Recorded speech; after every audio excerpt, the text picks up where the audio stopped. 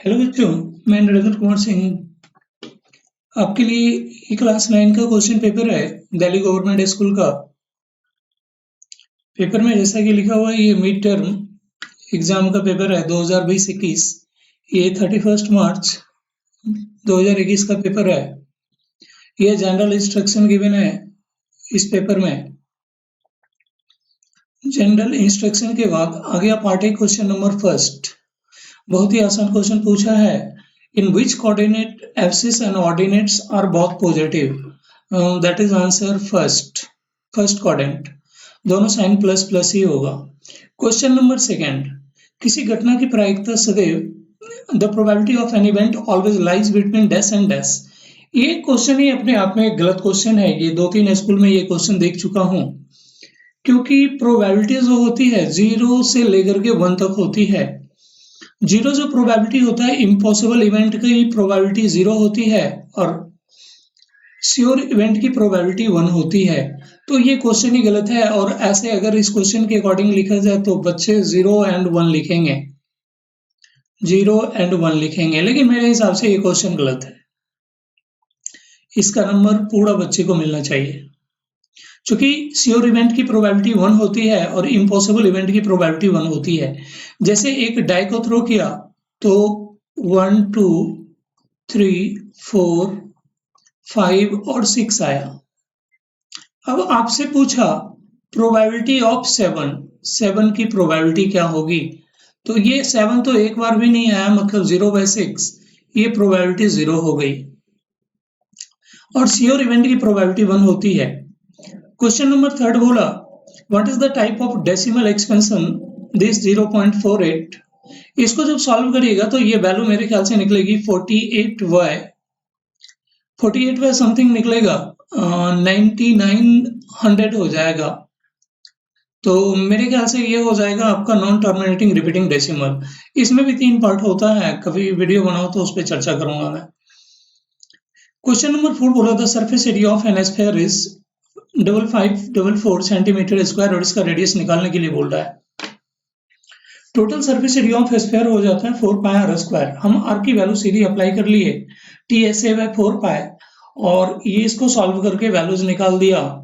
ये आंसर निकल गया हमारा 21 सेंटीमीटर इज आंसर। रेडियस निकल गया 21 सेंटीमीटर। क्वेश्चन नंबर 5 में बोला ये एंगल फाइंड करने के लिए बोला एंगल एल और ये एंगल, ये दोनों एंगल ये किस टाइप का एंगल है। ये एल और एन पैरेलल है, मतलब ये अल्टरनेट एंगल हो जाएगा। क्वेश्चन नंबर 6 5 का और में क्वेश्चन बोला था सप्लीमेंट ऑफ 50 डिग्री। सप्लीमेंट में 180 से माइनस करते हैं और कॉम्प्लीमेंट में 90 से माइनस करते हैं, तो 180 का सप्लीमेंट 50 का सप्लीमेंट हो जाएगा 180 माइनस 50 मतलब 130 degree. Right all the terms. इसका सारा का सारा टर्म लिखने के लिए बोला तो टर्म लिख दिया x to the power 3 minus 2x square minus 3x और 1।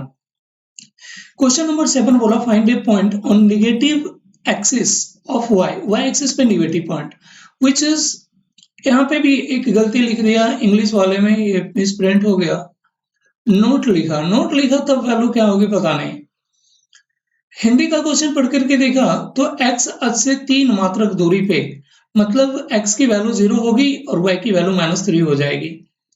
इसका इवैल्यूएशन करने के लिए बोला a to the power x plus y plus z कर दिया, a टू द पावर 0 बच गया, मतलब 1 आंसर हो गया।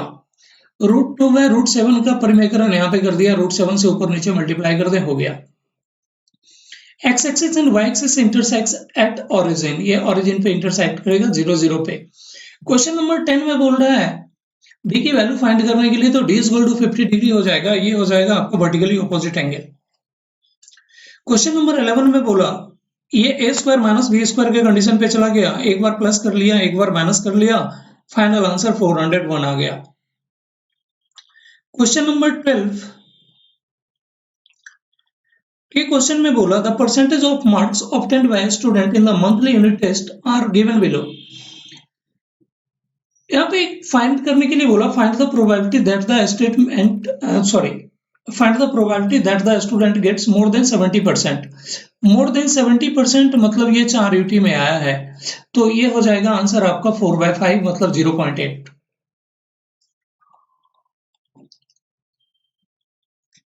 नेक्स्ट क्वेश्चन है, ये बुक का ही क्वेश्चन है। 200 स्टूडेंट्स पे बोल रहा है कि find the probability student chosen at random like statics. Like कितने कर रहे हैं 135, तो 135/200, 27/40। या तो बहुत से स्कूल वगैरह में टीचर्स वगैरह की डिमांड होती है कि इसको पॉइंट में लिखे, नहीं तो ये क्वेश्चन गलत हो जाए, तो आप पॉइंट्स में कर लेना इसको। क्वेश्चन नंबर 13 में बोला ये सारी वैल्यू लिख दिया, ये सबको प्लस करके वैल्यू यहाँ पे लिख दिया। ये वैल्यू हो गई -3√2 प्लस 7√3 -2√7। क्वेश्चन नंबर 14 में बोला क्यूबॉइड का लेंथ और ब्रेड्थ ये दोनों भी ही बोला, और हाइट इज h, तो वॉल्यूम हो जाएगा आपका L into V into H. L into V into H हो जाएगा, मतलब B square, sorry H, then find its volume. हाँ, बी स्क्वायर एच, ये वॉल्यूम हो गया बी स्क्वायर एच। और के क्वेश्चन में बोला एक हेमिस्फेयर का डायमीटर r है। डायमीटर r मतलब रेडियस r/2 हो जाएगा, और कर CSA इसका निकालने के लिए बोला, तो CSA ये हो गया πr²/2। क्वेश्चन नंबर 15 में बोला b-3 की वैल्यू, b-3 x के जगह पे -3 डाल दिया, ये वैल्यू हो गया, और x के जगह पे 1 डाला तो ये वैल्यू हो गया, और दोनों को प्लस कर लिया तो वैल्यू 4 हो गया। इसका जीरोस फाइंड करने के लिए बोल रहा है 5 कॉमन लेकर के, ये x -5 बच जाएगा, x की वैल्यू 5 हो जाएगी। 4 और 5 के बीच में एक इरेशनल नंबर लिखने के लिए बोला, तो इरेशनल नंबर 4√5 हुआ, √20 मतलब 2√5 हो गया। क्वेश्चन नंबर 17 केस स्टडी का क्वेश्चन है। इसमें बोला ये ऊपर वाली पोर्शन ABCD में C का, ये BCD, ABCD, ये AB और ये C है, ये C है, ये B है, ये A है, और ये D है। A का कोऑर्डिनेट पूछा, सॉरी C का कोऑर्डिनेट पूछा, तो C का कोऑर्डिनेट हो जाएगा, C का एब्सिस देखें, ये 4 5 6 7 8 पे आ रहा है, मतलब ये आंसर हो जाएगा 8 8। नेक्स्ट क्वेश्चन इसी ढंग से P का कोऑर्डिनेट पूछा, PQR ट्रायंगल में बेस का लेंथ पूछा, ये सारी वैल्यू, ये सिंपल हो गया, तो इस चीज पे ज्यादा है नहीं। क्वेश्चन नंबर 18 मेरे ख्याल से ये बुक का ही क्वेश्चन है, ये बुक का ही क्वेश्चन है, और ये बुक के कुछ थोड़ा सा क्वेश्चन में थोड़ा सा यहाँ पे चेंज किया है, number same to same values नहीं मिल रही है, लेकिन क्वेश्चन सेम ही है। इस ढंग से ये प्रोबेबिलिटी का क्वेश्चन सॉल्व हो गया। उसके बाद क्वेश्चन नंबर 19 भी आसान क्वेश्चन है, ये समझ आ जाएगा आपको, इसमें ज्यादा कुछ है नहीं, और मैं सॉल्यूशन यहाँ पे लिख भी दिया हूं, सॉल्यूशन ये लिख भी दिया हूं यहाँ पे। थोड़ी सी स्पीड होगी भी तो थोड़ा सा स्लो कर लेना इसको। क्वेश्चन नंबर 20 भी आसान क्वेश्चन है, ये स्क्वायर है, पिंक और व्हाइट दो पार्ट में इसको डिवाइड कर दिया, और पूछा एरिया ऑफ वॉल, मतलब लेंथ इंटू ब्रेड्थ हो जाएगा, एरिया ऑफ वॉल मतलब लेंथ इंटू ब्रेड्थ, इसको और इसको मल्टीप्लाई कर दें, ये वैल्यू आ गया हमारा, ये क्वाड्रेटिक पॉलिनोमियल हो गया। नेक्स्ट क्वेश्चन बोला दीवार का एरिया निकालने के लिए, तो एरिया दोनों को मल्टीप्लाई कर दे, एरिया हो गया। x + 4 का जीरोस निकालने के लिए बोला, तो x = -4 हो गया। x की वैल्यू 2 डालने के लिए बोला, और एरिया निकालने के लिए बोला पिंक पार्ट का, तो एरिया ट्रायंगल का निकाल दिया, half into B into H.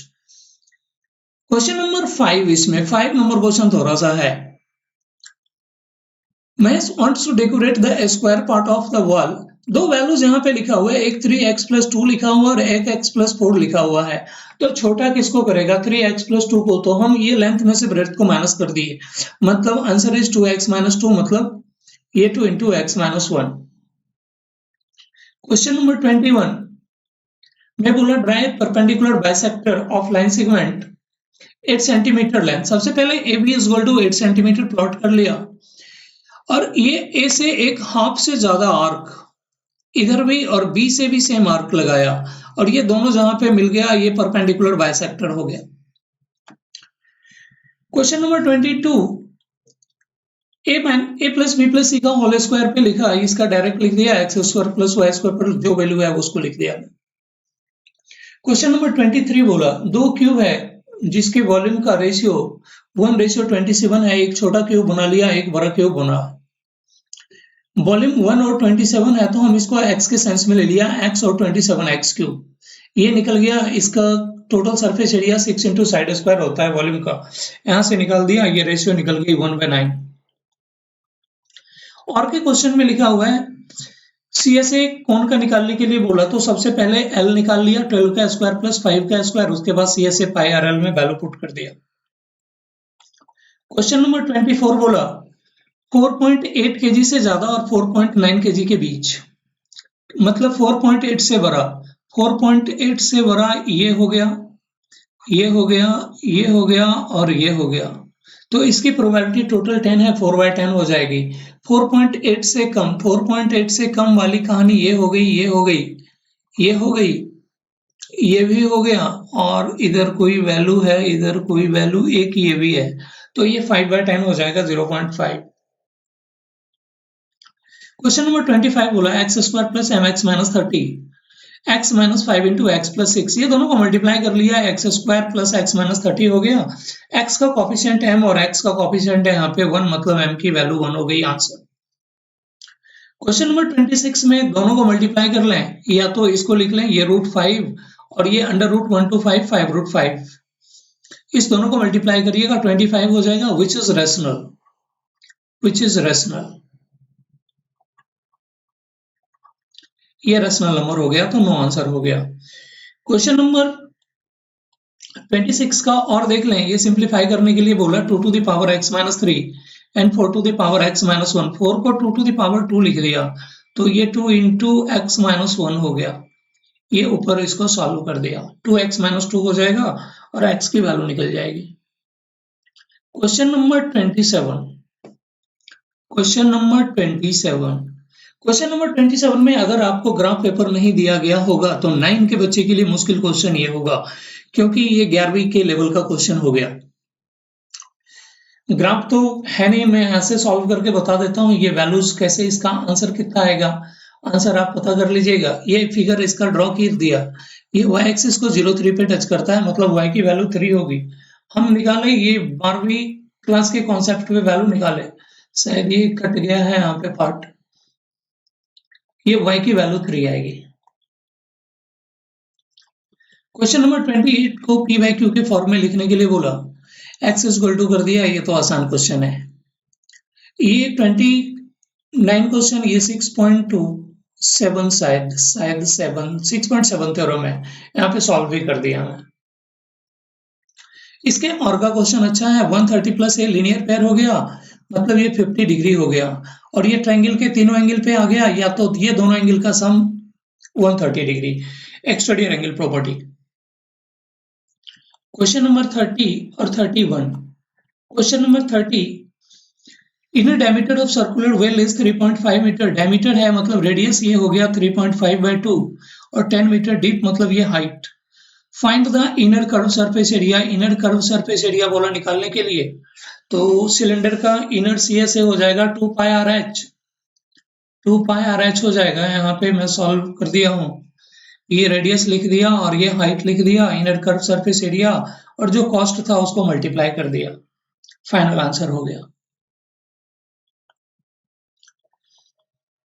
Question number 31 भी आसानी क्वेश्चन है, ए लार्ज सिलेंड्रिकल वेसल, इस क्वेश्चन को आप पढ़ लें, मैं डायरेक्ट आंसर पे ही समझा देता हूं इस क्वेश्चन को।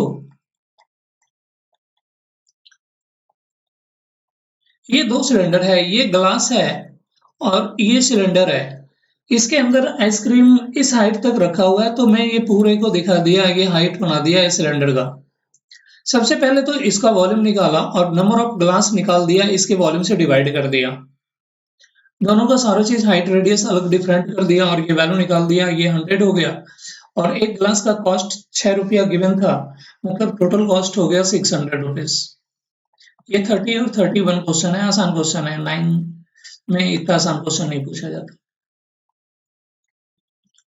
क्वेश्चन नंबर 32 बुक का एग्जाम्पल है ये, यहां से m से क्या किया, m से एक एक्स वाई के पैरेलल लाइन प्लॉट कर लिया। अगर ये एक्स वाई के पैरेलल लाइन प्लॉट हुआ और एक्स वाई ए बी के पैरेलल है, मतलब ये तीनों लाइन ये और ये तीनों पैरेलल हो गया। इसको ए मान लिया, इसको बी मान लिया। बी इज इक्वल टू 50 निकल गया और A plus 130 is equal to 180, sum of adjacent angle. A B की वैल्यू निकल गई, दोनों को प्लस कर लिया। लेकिन मुझे निकालने के लिए बोला, बच्चे थोड़ी गलती किए होंगे, ये एंगल निकालने के लिए बोला रेफ्लेक्स एंगल पीएमक्यू। ये रेफ्लेक्स एंगल निकाला, मतलब 360 में से इसको माइनस कर दिया। क्वेश्चन नंबर 33, इसको फैक्टराइज करने के लिए बोला, मिडिल टर्म को स्प्लिट करके इसको फैक्टराइज कर दिया। क्वेश्चन नंबर 33 का और सबसे पहले m-1 निकाल लिया और फिर m2 निकाल दिया और m-1 में से m2 को माइनस कर दिया, सीधी वैल्यू में निकाल दिया -33।